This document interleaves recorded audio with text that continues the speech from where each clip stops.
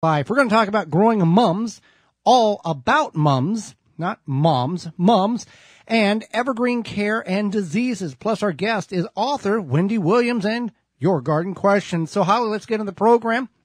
Talk about mums, M-U-M-S, the flower. Yep. So mums are a very common fall flower that you see at pretty much any garden center. Right. Even outside of grocery stores. The mums have come. The mums are here. It's the pumpkins and the mums. Yeah. That's the kind of the consensus. Like you don't have to go far to find mums. So yeah, if you want to add mums to your landscape, the best time is now, basically. Yeah, you want to plant them in the ground. I mean, you can put them in containers, you can put them in raised beds, however you want to do it. But in the ground is the traditional way to do such. And there's all types of mums. There are cold hardy mums that can survive the winter and thrive as a perennial. Now, perennials mean they will come back year after year. Annuals mean that they will come back, or they will grow one growing season and then they will die off. And in some instances, that annual will drop seed for the next generation to germinate and grow at the appropriate time during your particular geographical area. Right. So that's correct. So they are cold hardy. They survive. They do their perennial thing.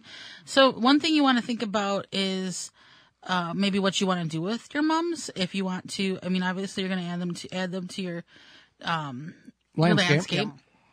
Yeah. So if you think about like what color you might like. Well, here's the thing with anything with vegetable trees, shrubs, whatever.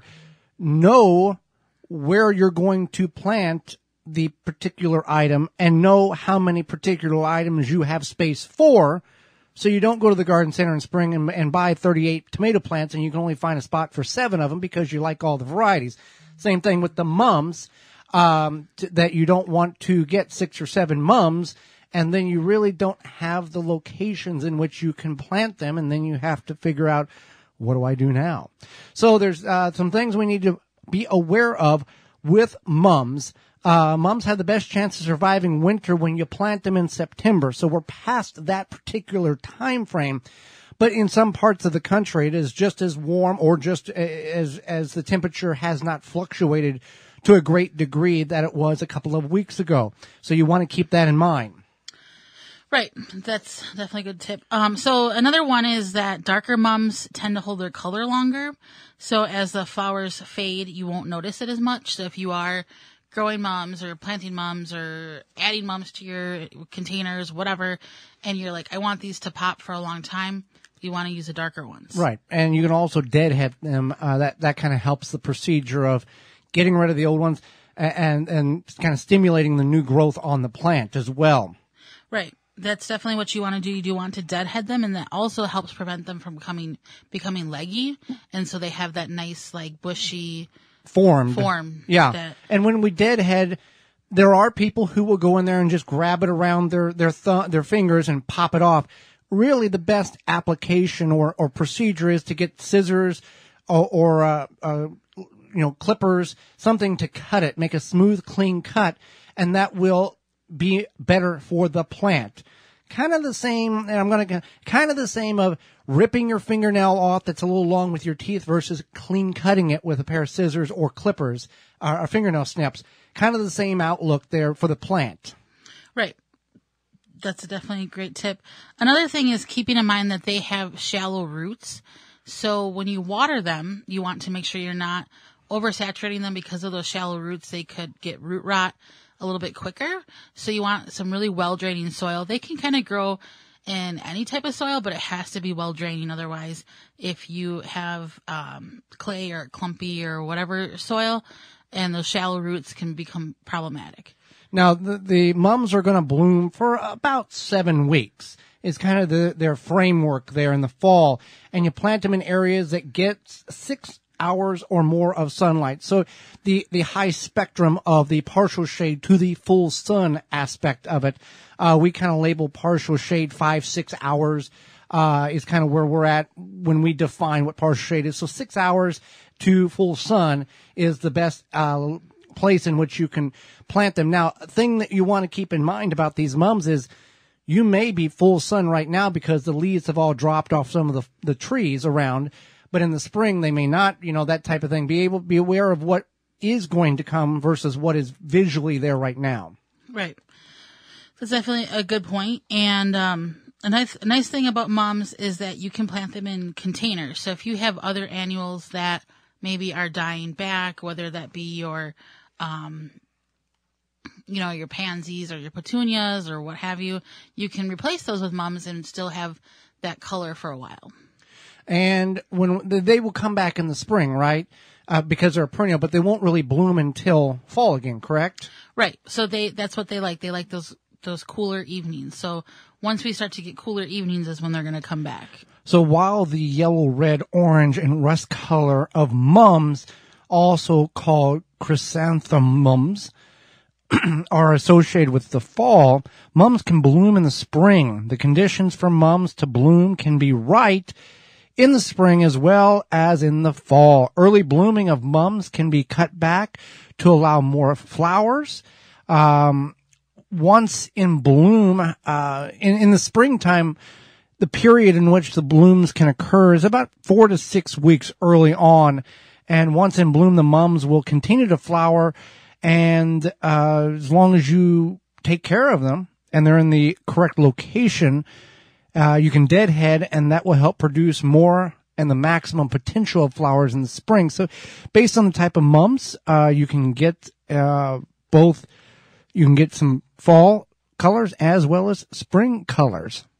So you're keeping them happy and healthy and maintained, so you can not have to go to the garden center next fall at this time and buy more mums.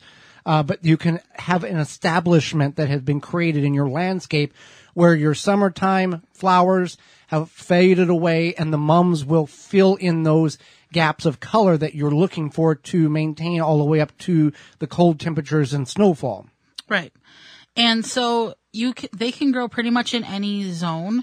If you are growing in anywhere between zone 3 to 6, you want to look for the early blooming varieties.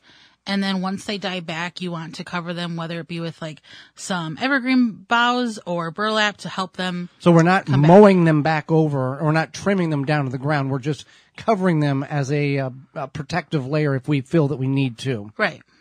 Correct.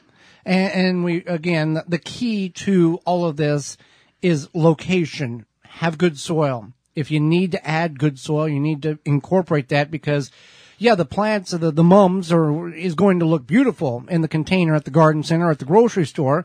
But if you have crummy soil and you plant it, that plant is going to react to the soil in which you put it in. So the dietary aspect of the plant is going to reflect how lack of nutrients the soil which it is planted in has. But that's only if you are going to plant them permanently. If you're going to use them in a container, I would choose whatever is going to look good. And that's what a lot of people do. They put them aside from, next to their hay bales and their pumpkins and their in the corn container stalks that they came from. Yeah. Or sometimes they'll up pot them.